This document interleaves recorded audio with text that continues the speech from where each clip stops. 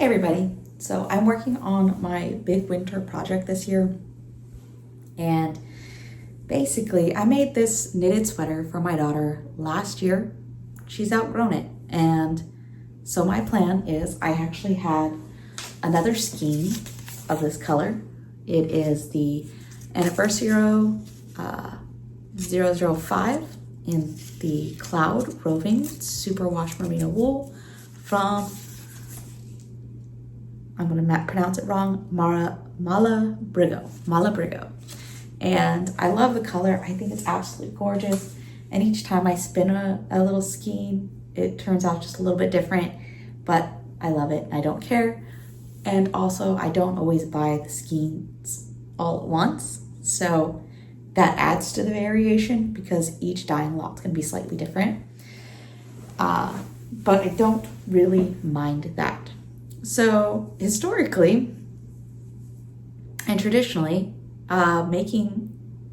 processing wool and spinning fiber always took a lot of time. So like people weren't going to be like, oh, my child outgrew this sweater in 1 year, throw it away, get a new one.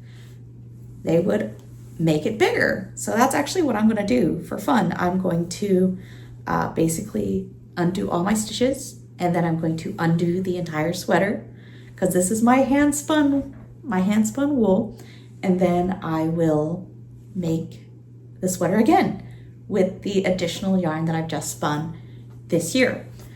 So I'm pretty excited about that project. And I was thinking it could be like a challenge where everybody could kind of pick like one woven project or knitted or crocheted project, whatever it is, just something that they've made in the past that maybe isn't getting use anymore or doesn't quite fit or whatever else it is, or you just didn't like the way it looked on you, just anything.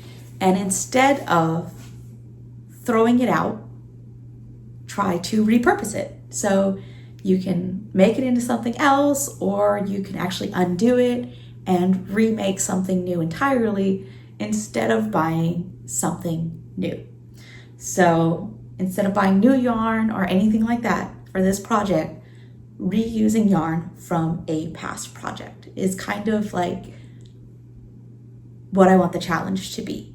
So that's what I'm doing for this. So that's kind of my challenge idea, is that all of us would pick one item that we're going to reuse the fiber for. So it does not have to be a wool. It does not have to be a cotton. It can be acrylic. It can be any fiber that you have. It can be anything. Because I think sometimes when we think about crafting and we want to buy the next new thing. We want to buy the next yarn. We want to buy the next beautiful yarn to make something new. And we forget how much we really loved the yarn we worked with before on that project that didn't come out how we wanted. So I'm thinking, let's just save that yarn and remake something else. And I also love it because I was talking with a neighbor of mine the other day, and where we live, there's some water issues, you know.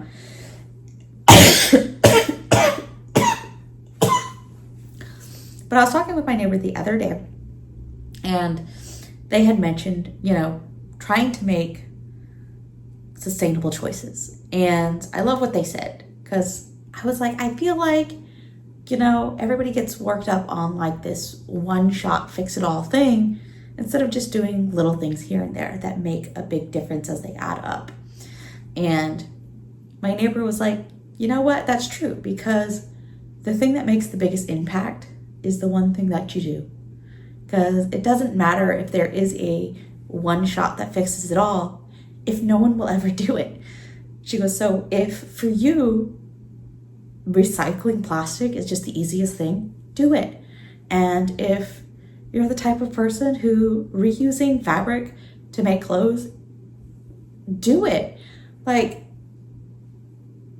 think about what works for you. And I was like, I totally agree here. This is just something that just makes sense to me. Just pick one thing and do it.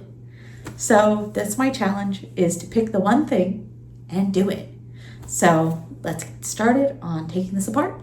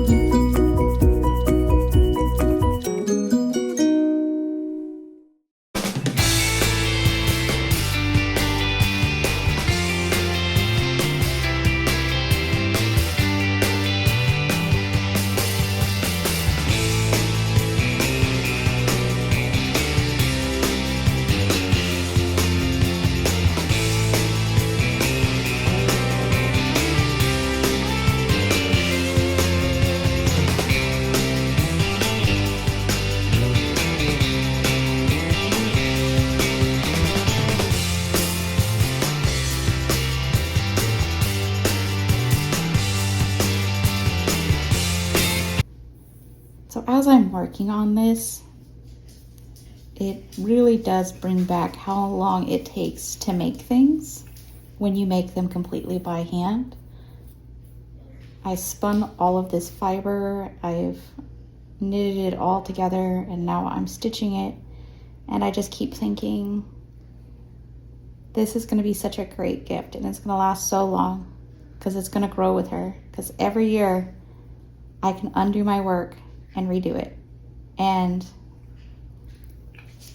it just makes you think of how little would have been wasted in the past for these type of things, since you actually would spend so long processing the fiber, and you would have to make each item of clothing and then stitch each item of clothing. And it's not like you could just go to the store and pick up another thing of fiber like I did.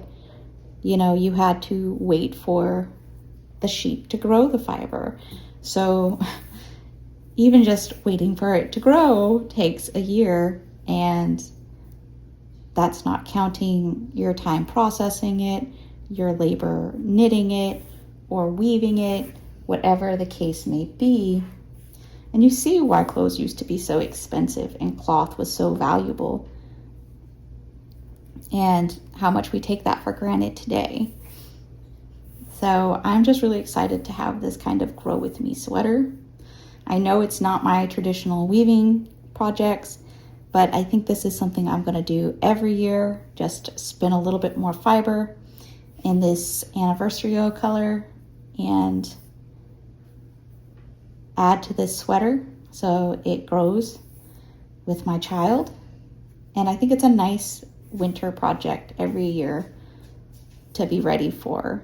And even though where I live we have very mild winters with only a few cold days a year, this is still a fun project. Obviously, if you live in a colder climate, you're going to get way more use out of this. It also kind of makes me think of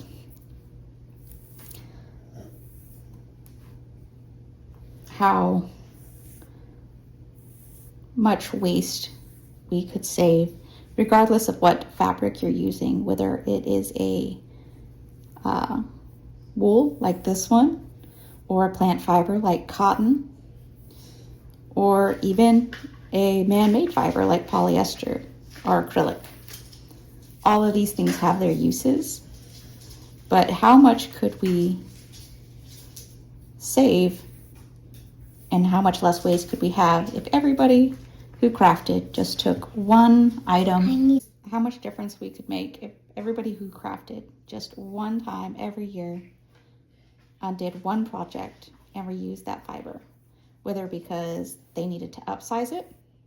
And at that point, yes, you would have to purchase one new roll, but it would be less than purchasing enough for a full sweater. Or you just don't wear it anymore. It's not your style anymore. And instead of throwing it out or buying stuff to make something new, reusing that fiber in a new project. And it actually makes me kind of wonder if that's how color work became so common in a lot of areas, is because they were trying to save fiber and they didn't necessarily have enough of certain colors, or they had run out of ends. So they were using leftover fiber and working it in these intricate patterns to make it look more appealing instead of just like a mishmash of color. I don't know if that's what they were doing. It would make sense to me, seeing how just, investing this much time into this one project, I could see how that would be the case, especially with larger sweaters for larger people. Obviously, this is a child sweater. And just wasting as little as possible because it was so expensive and it did take so long to produce.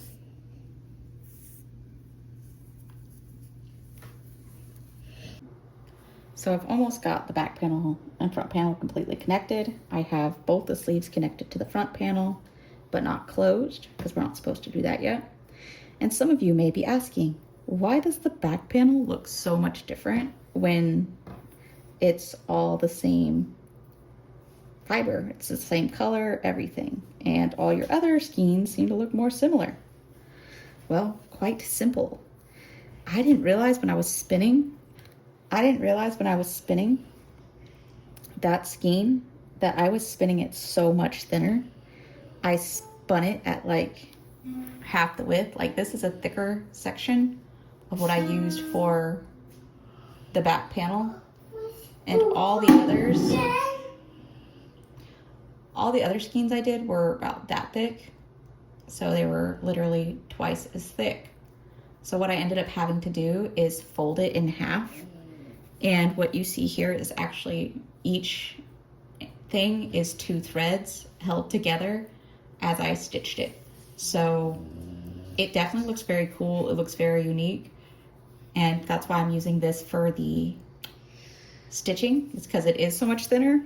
I'm like, it might be actually not as noticeable because it is half as thick as the rest of the thread. I had to do 2 skeins because I just needed a little bit extra for the size of the sweater I'm making. And on the second skein, I more closely matched the original size, and you can see how much thicker that is and how much the color scheme matches everything else. So that's basically why the back panel looks different. It was matching color scheme wise compared to everything else, but once I had to fold the string in half and then stitch it together, it created a more greenish yellow with some purple in it versus stronger purple tones, which is what we normally see with this color scheme. I actually really like it though. I think it adds a cool texture and a cool color. Having the 2 threads plied like that, I don't know. It actually looks pretty neat, and you can't notice it that it's 2 threads from a distance. You have to get pretty close. Let me see if you can see. Yeah, and even then you can't really tell that this is 2 separate threads pushed together. It just looks really good, I think. What do you think? Does it look okay? Was that a good solution to my problem? Should I have just have done a 3rd skein and used that fiber for something else? I don't know. What would you have done? You let me know. Done. So it is officially a size between 5 and 6 for age. I had some problems with the neck. I was supposed to be able to do some ribbing here, but every time I did, it would get too tight to go over the head. So I was reading, and it seems to be the way I was binding it off can sometimes constrict the ribbing and not allow it to spread out. So I have to learn a new way, but that will be next year. This will do for this year because this fits over her head just fine. It stretches just enough, but you can see it did lose a lot of its elasticity from the being bound off. Oh well. But here is the finished sweater, and here is the back. It's just finished drying, quite literally. I'm really excited about it. I think it came out beautifully. I think it's a very unique looking sweater, and I look forward to having this sweater grow with her for many years. Let me know if you decide to do a project like this, and I'd love to hear about what you're doing. So let me know how you think this one turned out, what you would have done differently. Drop a comment, like, share with your friends, and have a great day.